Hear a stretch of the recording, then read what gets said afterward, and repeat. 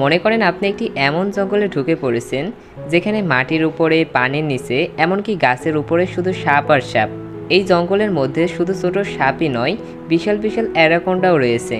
আজকের মুভিতে দেখবেন অ্যামাজন জঙ্গলের ইতিহাসের সবচেয়ে ভয়ঙ্কর প্রযোজন ঋতু, যেখানে 200 ফুট লম্বা এক একটা অ্যানাকোন্ডা অপেক্ষা করছে মানুষকে আস্ত গিলে খাওয়ার জন্য। পালানোর কোনো পথই নেই, বেঁচে থাকার কোনো উপায় নেই। শ্বাসরুদ্ধকর এই সার্ভাইভাল থ্রিলারটি মিস করতে না চাইলে ভিডিওটি না টেনে শেষ পর্যন্ত দেখুন। তো বেশি কথা না বলে চলুন মুভির এক্সপ্লেন ভিডিও শুরু করা যাক। গল্পের শুরু হয় ঘন জঙ্গলের মাঝখানে একটি বড় নদীকে দেখিয়ে, যেখানে দেখা যায় জেফ নামের এক ব্যক্তি তার কয়েকজন সঙ্গীকে নিয়ে নৌকায় করে সামনে এগিয়ে যাচ্ছিল। তারা আসলে সাপ ধরে শহরে বিক্রি করত, কিন্তু আজ তারা যে জায়গায় সাপ ধরতে যাচ্ছে সেটা খুবই বিপজ্জনক ছিল। নৌকার ক্যাপ্টেন জেফকে বলে যে তারা যেখানে যাচ্ছে সেই জায়গাটি অভিশপ্ত এবং বিষাক্ত সাপে ভরা। সে আরও বলে সেখানে ক্রিমসন নামের একটি বিশাল অ্যানাকোন্ডা থাকে, যেই সেখানে যায় সেই অ্যানাকোন্ডা তাকে মেরে ফেলে। কিন্তু জেফ হেসে ক্যাপ্টেনকে বলে সে শুধু তাকে সেখান থেকে পৌঁছে দিক, তার অত কিছু ভাবতে হবে না। জেফ ছিল সাপ ধরার এক অভিজ্ঞ শিকারী, আর সে বিশেষভাবে সেই ক্রিমসন অ্যানাকোন্ডাকেই ধরতে জঙ্গলে এসেছে। কিছুক্ষণ পর তারা সেই জায়গায় পৌঁছে যায়। সেখানে ক্যাপ্টেন রিক্সের কথা বলে জেফের কাছে আরও টাকার দাবি করে। জেফ আপত্তি না করে পকেট থেকে টাকা বের করে তাকে দেয়, কিন্তু ক্যাপ্টেন যখন টাকা নিতে দুহাত বাড়ায়, জেফ ইচ্ছা করে টাকাটা নিচে ফেলে দেয়। ক্যাপ্টেন খুশি হয়ে টাকা তুলতে ঝুঁকে পড়ে। টাকা তোলার পর সে হাসি মুখে জেফের দিকে তাকাতেই জেফ তার গলায় হঠাৎ ছুরি ঢুকিয়ে দেয় এবং নির্মমভাবে তাকে মেরে ফেলে। জেফের দুই সঙ্গী সেখানে দাঁড়িয়ে সব দেখছিল, তারা ভয়ে কাঁপতে থাকে। এরপর জেফ তাদের কাছে এসে হুমকি দিয়ে বলে যদি তারা তার সঙ্গে বিশ্বাসঘাতকতার চেষ্টা করে তবে তাদেরও একই পরিণতি হবে। এরপর তিনজন জঙ্গলের ভিতরে এগিয়ে গিয়ে এক জায়গায় পৌঁছায়। সেখানে তারা সাপের একটি বিশাল মূর্তি দেখতে পায়। জেফ বলে তাহলে ক্রিমসন অ্যানাকোন্ডার কথা আসলে সত্য ছিল। অন্যদিকে জেফের সঙ্গীরা অনেক সাপ পেয়ে যায়। তারা দ্রুত সেগুলো ধরে ব্যাগে ভরতে শুরু করে, কিন্তু জেফ ছোট ছোট সাপগুলোর দিকে মন না দিয়ে জঙ্গলের সবচেয়ে বড় সাপ অর্থাৎ ক্রিমসন অ্যানাকোন্ডাকে খুঁজতে থাকে। এদিকে দুই সঙ্গীর মধ্যে একজন সঙ্গী ব্যাগ ভর্তি সাপ নিয়ে একা নৌকার দিকে ফিরছিলেন। সে দেখে যার মাথা কেটে নদীতে ফেলে দেওয়া হয়েছিল সেই ব্যক্তির মাথাবিহীন দেহ কিছুটা দূরে পানিতে দাঁড়িয়ে আছে। হঠাৎ করে দেহটি আবার পানিতে ডুবে যায় এবং একটি বিশাল কিছু দ্রুত তার দিকে এগিয়ে আসতে থাকে। ভয়ে সে জঙ্গলের দিকে দৌড় দেয়, কিন্তু বিদ্যুৎ গতিতে এক বিশাল অ্যানাকোন্ডা তাকে জাপটে ধরে। সাপটি তার শরীর দিয়ে পেঁচিয়ে তার হাড়গোড় চূর্ণ বিচূর্ণ করে ফেলে এবং কিছুক্ষণ পর বিশাল মুখ খুলে তাকে গিলে খেয়ে ফেলে। অন্যদিকে আরেকজন সঙ্গী ব্যাগ ভর্তি সাপ নিয়ে জঙ্গলে এগোচ্ছিল। হঠাৎ সে থেমে যায়, কারণ সে সেই বিশাল অ্যানাকোন্ডাকে গাছের উপরে উঠতে দেখতে পায়। সাপটি পেট ফুলে আছে, স্পষ্টভাবে বোঝা যাচ্ছে সে কাউকে জীবন্ত গিলে ফেলেছে। লোকটি সেখান থেকে পালানোর আগে অ্যানাকোন্ডা তার সঙ্গীর লাশ উগড়ে দেয় এবং তাকেও ধরে ফেলে। শক্ত করে জাপটে ধরে গাছের সঙ্গে পেঁচিয়ে তাকে খেতে শুরু করে। এই সব কিছুই দূর থেকে জেফ দেখছিল, কিন্তু সঙ্গীকে বাঁচানোর বদলে সে আরও খুশি হচ্ছিল, কারণ সে চেয়েছিল কেউ সাপের টোপ হোক। যখন সাপ শিকার খেতে ব্যস্ত থাকবে তখন সে গুলি করে তাকে অজ্ঞান করে ফেলবে। সে শটগান বের করতে হঠাৎ জঙ্গলের সব প্রাণী ও পাখি চিৎকার করতে শুরু করে। শব্দ শুনে অ্যানাকোন্ডার শিকার ফেলে দিয়ে সেখান থেকে চলে যায়। এইসব দেখে মনে হচ্ছিল আরও ভয়ঙ্কর কিছু সেখানে আসছে। এখান থেকে দৃশ্য বদলে একটি সার্কাস শো দেখানো হয়। সার্কাসটি প্রায় বন্ধ হওয়ার পথে ছিল, কেউ আর সেখানে সার্কাস দেখতে আসতো না। সেখানে ইয়াং নামের একজন আসে এবং মালিককে টাকা ভর্তি সুটকেস দিয়ে সার্কাসের সব কর্মীকে কিনে নেয়। সে থাইল্যান্ডে নতুন সার্কাস খেলার পরিকল্পনা করছিল। সবাই এটা দেখে অবাক হয়ে যায়, কারণ কয়েক বছর আগে ইয়াং খুবই গরিব ছিল এবং তাদের সঙ্গে কাজ করত।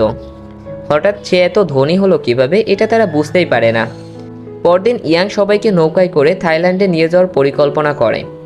পথে সে বাথরুমে লুকিয়ে কাউকে ফোন করে বলে ডেলিভারি প্রস্তুত আছে, শীঘ্রই লোকগুলোকে নিয়ে যাওয়া হবে। এই কথার মাধ্যমে বোঝা যায় আসলে সে কোনো খারাপ কিছু পরিকল্পনা করছে। কিছুদূর গিয়ে তারা দেখে সামনে থেকে পথ বন্ধ, কাঠ ও কন্টেনার দিয়ে রাস্তা পুরো আটকানো রয়েছে। ক্যাপ্টেন তাদেরকে বলে অন্য আর একটাও পথ আছে, তবে অনেক সময় লাগবে সেটা দিয়ে যেতে হলে। এদিকে ইয়াং সেটাই রাজি হয় না। সে বলে সময় মতন সেখানে পৌঁছাতে হবে, না হলে আমার সর্বনাশ হয়ে যাবে। শেষে সিদ্ধান্ত হয় কন্টেনারগুলো বোম দিয়ে উড়িয়ে দেওয়া হবে। তারা বোম লাগিয়ে রিমোট দিয়ে বিস্ফোরণ ঘটায়। পথ পরিষ্কার হয় ঠিকই, কিন্তু বিস্ফোরণের কারণে অসংখ্য সাপ নৌকার উপরে উঠে পড়ে, কারণ কন্টেনারগুলো সাপেতে ভরা ছিল। সবাই আতঙ্কে ছুটাছুটি করতে থাকে, সাপগুলো লোকজনকে তাড়া করতে থাকে। সেখানে লেনি নামের এক মেয়ে বুদ্ধি করে পানির পাইপ জোরে চালু করে, এতে আশপাশের সব সাপ পানিতে পড়ে যায়। এদিকে ইয়াং ভয়ে বাথরুমে লুকায়, কিন্তু ছাদ ভেঙে সাপ তার উপরে পড়ে। এটা দেখে সে নদীতে ঝাঁপ দিয়ে দেয় এবং সাঁতরে নদীর তীরে ওঠে। কিন্তু সেখানেও একটা কিং কোবরা তার সামনে এসে দাঁড়ায়। তার আর বাঁচার কোনো উপায় ছিল না। ঠিক তখনই এক ব্যক্তি সাপটির উপর পা রেখে তাকে চেপে মেরে ফেলে। সেই লোকটি আর কেউই নয়, জেফ ছিল। সে ইয়াংয়ের প্রাণ বাঁচায়। জেফ তার জীবন রক্ষা করায় ইয়াং তাকে নিজের নৌকায় তুলে নেয়। নৌকায় উঠে জেফ সবার কাছে মিথ্যা বলে যে সে একজন বন্য অভিযাত্রী এবং দুর্ঘটনার কারণে জঙ্গলে আটকা পড়েছে। ঠিক তখনই সার্কেসের একজন লোক, যার নাম জিয়াও, সে কানে প্রচণ্ড ব্যথা অনুভব করতে শুরু করে। ব্যথা এতটাই তীব্র ছিল যে সে মাটিতে পড়ে যায়। জেফ তার কান ভালো করে পরীক্ষা করে বুঝতে পারে কি সমস্যা হয়েছে তার কানে। জেফ একটা ছুরি দিয়ে নিজের আঙুল কিছুটা কাটে এবং সেটি জিয়ার কানের কাছে ধরে। তখন জিয়ার কান থেকে একটি পাতলা বিষাক্ত সাপ বেরিয়ে এসে জেফের আঙুলে কামড় দেয়। কিন্তু আশ্চর্যজনকভাবে সাপের কামড়ে জেফের কিছুই হয় না। সে শান্তভাবে সাপটিকে পানিতে ছুঁড়ে ফেলে দেয়। এটা দেখে লেনি খুবই অবাক হয়ে যায়। সে ভাবতে থাকে, সাপের কামড়ের পরেও জেফের উপর কোনো বিষের প্রভাব পড়ল না কেন। লেনি সাপ সম্পর্কে জানতো। সে জানতো কোনো মানুষের শরীরে সাপের বিষ ইমিউন হতে হলে তাকে আগে অনেকবার অল্প অল্প করে বিষ শরীরে ঢোকাতে হয়, তখনই বিষের প্রভাব কমে যায়। সে এই কথাগুলো ইয়াংকে বলে এবং জানায়, আমার জেফকে ঠিক মনে হচ্ছে না। তুমি দেখেছো সাপ ওর আঙুলে কামড়েছে, কিন্তু ওর কিছুই হয়নি। কিন্তু ইয়াং এসব কথায় গুরুত্বই দেয় না। সে বলে, আমাদের জেফের প্রতি কৃতজ্ঞ হওয়া উচিত। ও আমার আর আমাদের এক সঙ্গী জীবন বাঁচিয়েছে। অন্যদিকে জেফ নৌকায় ক্যাপ্টেনের সঙ্গে দেখা করে। সে অনেক টাকা নিয়ে একটি মানচিত্র দেখিয়ে বলে, যদি তাকে মানচিত্রে চিহ্নিত জায়গায় পৌঁছে দেয় তবে সেখানে গিয়ে আরও তাকে অনেক টাকা দেওয়া হবে। জায়গাটির নাম শুনে ক্যাপ্টেন বন্দুক তাক করে বলে, আবার ওই জায়গায় যাওয়ার কথা বললে আমি তোমাকে গুলি করে মেরে ফেলবো। কারণ ক্যাপ্টেন জানতো সেখানে ক্রিসপন নামের এক ভয়ঙ্কর অ্যানাকোন্ডা থাকে। জেফ সেখান থেকে সরে যায়। পরবর্তীতে দেখা যায় ক্যাপ্টেন নৌকায় বসে মাছ ধরতে শুরু করে। হঠাৎ তার ফিশিং রড জোরে টান খায় এবং হাত থেকে পড়ে যায়। রড তোলার জন্য একটু ঝুঁকতেই কেউ তাকে পানির নিচে টেনে নিয়ে যায়। আসলে ক্যাপ্টেনকে টেনে নিয়েছিল জেফই। ক্যাপ্টেনকে মেরে জেফ তার দেহটিকে টোপ হিসেবে ব্যবহার করে, যাতে জঙ্গলের সবচেয়ে বড় অ্যানাকোন্ডা বোর্ডের কাছে আসে। কিছুক্ষণ পর সবাই ক্যাপ্টেনকে খুঁজতে থাকে, কিন্তু তাকে কোথাও পাওয়া যায় না। লেনির সন্দেহ হয় জেফই হয়তো তাকে মেরে ফেলেছে। সে জেফকে জিজ্ঞাসা করলে জেফ বলে, আমি কিছু জানি না। এটা জঙ্গল, এখানে মানুষ হারিয়ে যাওয়াটা সাধারণ ঘটনা। হঠাৎ পুরো জঙ্গলে অদ্ভুত শব্দ ছড়িয়ে পড়ে। পাখি ও পশুরা আতঙ্কে দৌড়াদৌড়ি করতে থাকে। পানিতে অস্বাভাবিক নড়াচড়ার শব্দ শোনা যায়। একজন জিজ্ঞাসা করে, এই শব্দটা কিসের? জেফ খুশি হয়ে বলে, বড় কিছু আসছে আমাদের দিকে। তার আনন্দ দেখে বোঝা যাচ্ছিল যে সে এই বিপদেরই অপেক্ষা করছিল। দেখা যায় নদীর গভীরে এক বিশাল অ্যানাকোন্ডা জেফের পাতানোর ফাঁদের দিকে এগিয়ে আসছিল। ফিশিং লাইনে প্রবল টান পড়ে। জেফ রড ধরার চেষ্টা করে, কিন্তু অ্যানাকোন্ডা এত সহজে ধরা দেয় না। মুহূর্তেই বিশাল ভয়ঙ্কর সাপটি সবার সামনে উঠে আসে। সাপটিকে দেখে সবার আতঙ্কে নিঃশ্বাস আটকে যায়। অ্যানাকোন্ডা জোরে দড়ি টান দিতেই জেফ পানিতে পড়ে যায়। সাপটি তাকে পানির নিচে ছুঁড়ে মারতে থাকে। এত কিছুর পরও জেফ হার মানে না। সে সাঁতরে একটি ছোট নৌকায় ওঠে এবং সে নৌকায় জালটি বেঁধে ফেলে। সাপটি তার কাছে আসতে এসে ধারালো একটি অস্ত্র দিয়ে তাকে আঘাত করে, কিন্তু তাতে খুব একটা লাভ হয় না। অ্যানাকোন্ডা জেফ ও নৌকাটিকে জড়িয়ে পানির নিচে ডুবিয়ে দেয়। দূর থেকে সবাই দেখে ভাবে জেফ হয়তো মারা গিয়েছে, কিন্তু পরের মুহূর্তে জেফ পিছন দিক থেকে সাঁতরে উপরে উঠে আসে। জেফ আবার সাপটিকে খুঁজতে থাকে, কিন্তু সে জানতো না অ্যানাকোন্ডা এখন পানির নিচে নয়, বরং তার পিছনের নৌকায় ছাদের উপরে রয়েছে। সাপটি সবার সামনে ক্যাপ্টেনের দেহ উগড়ে দেয়। এই দৃশ্যটি দেখে সবাই আতঙ্কে ছুটাছুটি করে। অ্যানাকোন্ডা একটি ঘরে আটকে থাকা সার্কাসের 2 সদস্যকে মারতে যাচ্ছিল। ঠিক তখনই জেফ পিছন থেকে ধারালো অস্ত্র দিয়ে তাকে আক্রমণ করে। এতে সাপটি আরও ক্ষিপ্ত হয়ে জেফের দিকে এগোতে থাকে। জেফ এক জায়গায় লুকিয়ে পড়ে, কিন্তু সাপটি তার পিছু ছাড়ে না। অ্যানাকোন্ডা নৌকার ভিতরে ঢুকে পড়ে। সেখানে সার্কাসের বাকি লোকেরা লুকিয়েছিল। সৌভাগ্যবশত সাপটি বিল আর ডায়নাকে দেখতে পায় না। তাদের মাথার উপর দিয়ে সে গড়িয়ে চলে যায়। অ্যানাকোন্ডাটি নৌকা থেকে বেরিয়ে যায়। সবাই নৌকার কোণে কোণে লুকিয়ে থাকে। সাপটি লোকজনকে খুঁজতে খুঁজতে যখন বাথরুমের দিকে যায়, তখন সে একটি বাচ্চা ছেলে ও জিয়াওকে দেখে ফেলে এবং সঙ্গে সঙ্গে তাদের উপর আক্রমণ করে। কিন্তু তারা কোনোভাবে সেখান থেকে পালিয়ে যায়। তখন লেনিও তাদের সঙ্গে ছিল। অ্যানাকোন্ডা যখন লেনির উপর ঝাঁপিয়ে পড়তে যাচ্ছিল, তখন জিয়াও বুদ্ধি করে সাপটির মাথার সামনে একটি মাটির কলস নাড়াতে থাকে। এটি সাপটির মাথা কলসের ভিতরে ঢুকে যায়। মাথা বের করার জন্য অ্যানাকোন্ডাটি ছটফট করতে থাকে। এই ধস্তাধস্তির মধ্যে কেরোসিন তেলের একটি গ্যালন উল্টে যায়। অবশেষে সাপটি নিজের মাথা জোরে নৌকার গায়ে আছড়ে ফেলে এবং এর ফলে কলসটি ভেঙে যায়। ঠিক তখনই যে পিছন থেকে সাপটির গলায় একটি ফাঁস লাগিয়ে দেয়, কিন্তু নিচে ছড়িয়ে পড়া কেরোসিনের আগুন লেগে যায় সেখানে। আর আগুন ধীরে ধীরে নৌকায় রাখা বোমগুলোর কাছে পৌঁছে বিস্ফোরণ শুরু করে। এক বিশাল বিস্ফোরণে নৌকাটি কেঁপে ওঠে। সবাই প্রাণ বাঁচাতে নদীতে ঝাঁপ দেয়, কিন্তু জেফ অ্যানাকোন্ডার গলায় দড়ি বেঁধে রেখেছিল, ফলে সে পালাতে পারে না এবং আগুনেই পুড়ে যায়। অন্যান্যরা কষ্টে সাথে নদীর তীরে পৌঁছে যায়। জ্বলতে থাকা নৌকা দেখে ইয়াং কাঁদতে থাকে, কারণ এখন তারা সময় মতন থাইল্যান্ডে পৌঁছাতে পারবে না। সার্কাসের লোকজন ভয়ে কাঁপছিল। তারা এখন জঙ্গলের মাঝখানে, আর ফেরার জন্য কোনো নৌকাও ছিল না। লেনি বুঝে গিয়েছিল সব কিছুর জন্য জেফই দায়ী। সে নৌকাটিকে ফাঁদ হিসেবে ব্যবহার করেছিল। কিন্তু জেফ বলে, তোমরা কি জানো এই একটা অ্যানাকোন্ডার দাম কত? যদি আমাকে এটি ধরতে সাহায্য করতে, তাহলে আজ আমরা সবাই কোটিপতি হতাম। টাকার কথা শুনে ইয়াংয়ের চোখ চকচক করে ওঠে। সে থাইল্যান্ডে যাওয়ার পরিকল্পনা বাতিল করে জেফের কাছে এসে বলে, আমি তোমার সঙ্গে আসি, বলো কিভাবে সাপটা ধরবো আমরা। জেফ মানচিত্র বের করে বলে, আমাকে সাহায্য করলে এই মানচিত্র দিয়ে 1-2 দিনের মধ্যে তোমাকে থাইল্যান্ডে পৌঁছে দেব। দলের বাকিরা রাজি হলেও লেনি জেফকে বিশ্বাস করতে পারে না। সে যেতে অস্বীকার করে। কিন্তু তখন সার্কাসের এক মেয়ে হঠাৎ অসুস্থ হয়ে যায়। তার কাঁধে একটি মারাত্মক বিষধর মাকড়সা কামড়িয়েছিল। জেফ বলে, আমার কাছে এর জন্য ওষুধ রয়েছে, কিন্তু সেটা আমার নৌকায়। যদি তাকে বাঁচাতে চাও তাহলে আমার সাথে সেখানে যেতে হবে। কোনো কিছু করার না থাকায় অবশেষে লেনিও রাজি হয়ে যায়। পথে এক সঙ্গী নদীর পানি পান করতে গেলে জেফ তাকে থামায়। সে বলে, এখানকার পানি খেও না। পানিতে এমন ধরনের জীবাণু আছে যা শরীরে ঢুকে অস্বাভাবিক পিপাসা সৃষ্টি করে। মানুষ এত পানি খেতে থাকে যে শেষ পর্যন্ত সে নদীতে ডুবে মারা যায়। এই কথা শুনে কেউ আর পানিতে হাত দেয় না। পরে তারা ক্ষুধার্ত হলে যে পাথরের ফাঁক থেকে একটি সাপ ধরে, তার বিষ বের করে তারা সবাই রান্না করে সেটি খায়। রাতে তারা পাহাড়ের একটি সুড়ঙ্গে আশ্রয় নেয়। সেখানে আগুন জ্বালিয়ে বিশ্রাম নেয়। জেফ একপাশে বসে মানচিত্রে আঁকা অ্যানাকোন্ডার দিকে তাকিয়ে পুরনো ঘটনাগুলোর কথা ভাবতে থাকে। আসলে সেদিন অ্যানাকোন্ডা তাকে মেরে ফেলেছিল। তখন সে বুদ্ধি করে একটি কাঠের বক্সের মধ্যে লুকিয়ে পড়ে। বাক্সটি ঢালু জায়গায় ছিল, তাই সেটিকে ধাক্কা দিয়ে নদীতে নামিয়ে দেয় সে। কিন্তু দুর্ভাগ্যবশত সে বাক্সের ভিতরে আটকা পড়ে যায় এবং দীর্ঘ সময় সেখানে বন্দি থাকে। পরে ইয়াংরা যখন ডাইনামাইট দিয়ে কন্টেনার উড়িয়ে দেয়, বাক্সটা তখন ভেঙে গিয়েছিল। বর্তমানে ইয়াং জেফকে জিজ্ঞাসা করে, তুমি কি সেই অ্যানাকোন্ডাকে ধরতে চাও? জেফ বলে, হ্যাঁ, এটা এই জঙ্গলের রাজা। সব প্রাণী তাকে ভয় পায়। সে অনেক বড় বড় শিকার করেছে, এমনকি নিজের মতন বড় অ্যানাকোন্ডাকেও মেরেছে। যদি আমরা তাকে ধরতে পারি, রাতারাতি মিলিনিয়ার হয়ে যাব।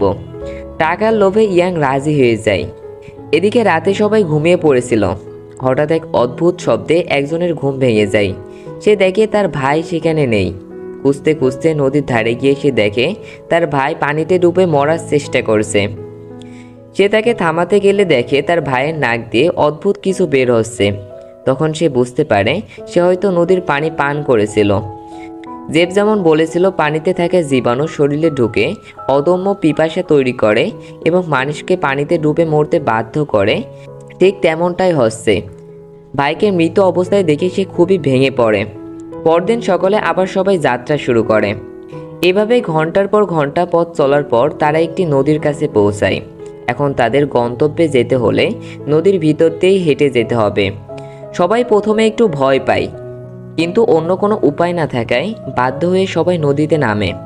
কিছুদূর এগোতেই একটি ছেলে নিচের দিকে তাকায়। সে দেখে একটি বিশাল অ্যানাকোন্ডা তাদেরকে চারদিক থেকে ঘিরে ধরেছে। যে লোকটির ভাই আগের রাতে মারা গিয়েছিল সে ভয়ে ভয়ে সবার পিছনে হাঁটছিল। হঠাৎ পিছন থেকে একটা বড় অ্যানাকোন্ডা তাকে জাপটে ধরে। লেনি তাকে বাঁচানোর জন্য এগিয়ে যায়, কিন্তু তার পৌঁছানোর আগে সাপটি তার হাড়গোড় ভেঙে পানির নিচে টেনে নিয়ে যায়। বাকি সবাই প্রাণ বাঁচানোর জন্য সামনে দৌড়াতে থাকে। অবশেষে তারা জেফের নৌকার কাছে পৌঁছে যায়। জেফ তার প্রতিশ্রুতি অনুযায়ী সেই মেয়ের জন্য অ্যান্টিডোট দেয়, যাকে বিষাক্ত মাকড়ায় কামড়িয়েছিল। এখন থাইল্যান্ডে যাওয়ার পথও কাছেই ছিল। তারা রওনা হতে গেলে জেফ তাদেরকে থামিয়ে বলে আসলে সে তাদের এখানে এনেছে টোপ হিসেবে ব্যবহার করার জন্য। জেফ বলে আমি কথা মতন তোমাদের নিরাপদে এখানে এনেছি, এবার তোমাদেরও আমার কথা রাখতে হবে, আমাকে সাহায্য করতে হবে। ছোট ছেলেটি বলে যদি সেই অ্যানাকোন্ডার ব্যাপারে কোনো সাহায্য লাগে তাহলে আমরা সাহায্য করব না। এই কথা শুনে জেফ বন্দুক বের করে। এদিকে ইয়াংও ছুরি নিয়ে তার পাশে দাঁড়ায়। ইয়াং সবাইকে জোর করে বলে জেফ যা বলছে তাই হবে। লেনি প্রতিবাদ করে বলে তোমরা কি পাগল? ওই অ্যানাকোন্ডাকে ধরা প্রায় অসম্ভব। জেফ বলে কঠিন কিন্তু অসম্ভব নয়। যখন সে শিকার খেতে ব্যস্ত থাকবে তখন তাকে ধরা যাবে। ইয়াং ও জেফ সার্কাস দলের 2 সদস্যকে দড়ি দিয়ে বেঁধে অ্যানাকোন্ডার টোপ বানায়। সেই ছোট ছেলে ইয়াংকে বলে আমরা মারা গেলে তোমার সার্কাসের পারফর্ম কে করবে? ইয়াং হেসে উত্তর দেয় তোমরা কি ভেবে দেখেছো আমি এত তাড়াতাড়ি ধনী হলাম কিভাবে? আমি তো তোমাদের থাইল্যান্ডে সার্কাসের জন্য নিচ্ছিলাম না, তোমাদের শরীরের অঙ্গ বিক্রি করাই ছিল আমার ব্যবসা। কিন্তু এখন আমার পরিকল্পনা বদলেছি, এই অ্যানাকোন্ডা তোমাদের চেয়ে বেশি টাকা দেবে আমাকে। এদিকে জেফ 2 মেয়েকেও বেঁধে রেখেছিল। সে একটা মেয়ের সঙ্গে অসভ্য আচরণ করতে গেলে মেয়েটি বুদ্ধি করে অভিনয় করে তার সাথে। মেয়েটি সুযোগ পেতেই জেফের পকেট থেকে বন্দুক বের করে তার দিকে তাক করে, কিন্তু গুলি চালাতে পারে না সে, কারণ সে বন্দুকের লক খুলতে জানতো না। জেফ তার কাছ থেকে বন্দুক কেড়ে নেয় এবং তাকে মারতে গেলে লেনি কাছে ধারালো টুকরো দিয়ে তার পেটে আঘাত করে। হাতাহাতির মধ্যে হঠাৎ গুলির শব্দ শোনা যায়, কিন্তু বুলেট কার গায়ে লাগে সেটা বোঝা যায় না। এদিকে যাদের টোপ বানানো হয়েছিল তারা ভয়ে কাঁপছিল। এক বিশাল অ্যানাকোন্ডা ধীরে ধীরে তাদের দিকে এগিয়ে আসে। দূরে দাঁড়িয়ে ইয়াং অপেক্ষা করছিল কখন সাপটি তাদের আক্রমণ করবে আর সে দড়ি টান দিয়ে ধরবে, কিন্তু সে জানতো না তার মাথার উপরে আরেকটি অ্যানাকোন্ডা তার দিকে এগিয়ে আসছে। হঠাৎ সেই অ্যানাকোন্ডা ইয়াংয়ের উপর ঝাঁপিয়ে পড়ে এবং তাকে তুলে নিয়ে যায়। এদিকে তার হাত থেকে দড়ি ছুঁড়ে যায়, ফলে জাল পড়ে 2 জনেরই প্রাণ বেঁচে যায়। এদিকে লেনি বড় একটি কাঠ দিয়ে জেফের মাথায় আঘাত করে তাকে অজ্ঞান করে দেয়। সবাই মিলে বন্দীদের মুক্তি করে, কিন্তু দুর্ভাগ্যবশত জেফের জ্ঞান ফিরে আসে। সে এগোতে থাকলে একটি বড় অ্যানাকোন্ডা এসে তাকে তুলে নিয়ে যায়। তারা সবাই পালাতে যায়, কিন্তু একটা মেয়ের গায়ে গুলি লেগেছিল। আসলে তখন হাতাহাতির মধ্যে যে গুলিটি লেগেছিল সেটি আসলে এই মেয়েটির গায়ে লেগেছিল। কিছুক্ষণ পর সে সবার সামনে মারা যায়। বেঁচে থাকা 3 জন জেফের নৌকায় উঠে পালাতে থাকে। হঠাৎ জিওর কাঁধে কিছু লাগে, দেখে বোঝা যায় এটি ঘুমের ইঞ্জেকশন। কয়েক সেকেন্ডের মধ্যেই সে অজ্ঞান হয়ে যায়। আসলে তাকে অজ্ঞান করেছিল জেফি, অর্থাৎ অ্যানাকোন্ডার হাত থেকে সে বেঁচে গিয়েছিল এবং সাপটির মাথা সে কেটে ফেলেছিল। এখন জেফ 3 জনকে বেঁধে আবারও অ্যানাকোন্ডার টোপ বানায়। জেফ 3 জনের চারপাশে ধারালো লোহার তার বেঁধে দেয় এবং সেখানে রক্ত ছিটিয়ে দেয়। তারপর জালের দড়ি ধরে কিছুটা দূরে দাঁড়িয়ে থাকে। কিছুক্ষণ পর রক্তের গন্ধ পেয়ে একাধিক অ্যানাকোন্ডা তাদের দিকে এগিয়ে আসতে থাকে। 3 জন আতঙ্কে কাঁপতে থাকে। তাদের মনে হচ্ছিল মৃত্যু যেন তাদের সামনে দাঁড়িয়ে আছে। সাপগুলো প্রায় তাদের কাছে পৌঁছে যায়। ঠিক তখনই আবার জঙ্গলের সব প্রাণী চিৎকার করে দৌড়াতে শুরু করে। একে একে সব অ্যানাকোন্ডা সেখান থেকে সরে যায়, কিন্তু একটি অ্যানাকোন্ডা এখনও আক্রমণের জন্য সেখানে দাঁড়িয়েছিল। ঠিক তখনই সেখানে হাজির হয় ক্রিমসন অ্যানাকোন্ডা। সে সেই একমাত্র অ্যানাকোন্ডাকেও এক আঘাতে মেরে ফেলে। এবার সবাই স্পষ্টভাবে তাকে দেখতে পায়। অ্যানাকোন্ডাকে দেখে 3 জন ভয়ে সেখানে জমে যায়, কিন্তু দূরে দাঁড়ানো জেফ অনেক খুশি হচ্ছিল। ক্রিমসন অ্যানাকোন্ডা 3 জনকে জাপটে ধরে গিলে খেতে যাচ্ছিল। ঠিক তখনই জেফ জালের দড়ি টেনে দেয় আর সাপটি জালে আটকে যায়। সে ছটফট করতে থাকে, কিন্তু মুক্ত হতে না পেরে নিজের ধারালো দাঁত দিয়ে দড়ি কেটে ফেলে। তবুও জালের কিছু অংশ তার শরীরে আটকে ছিল। জেফ দড়িটা শক্ত করে ধরে তাকে নিয়ন্ত্রণ করতে চায়, কিন্তু অ্যানাকোন্ডার শক্তির সঙ্গে সে পেরে ওঠে না। 2 গাছের মাঝখানে আটকে যায় জেফ।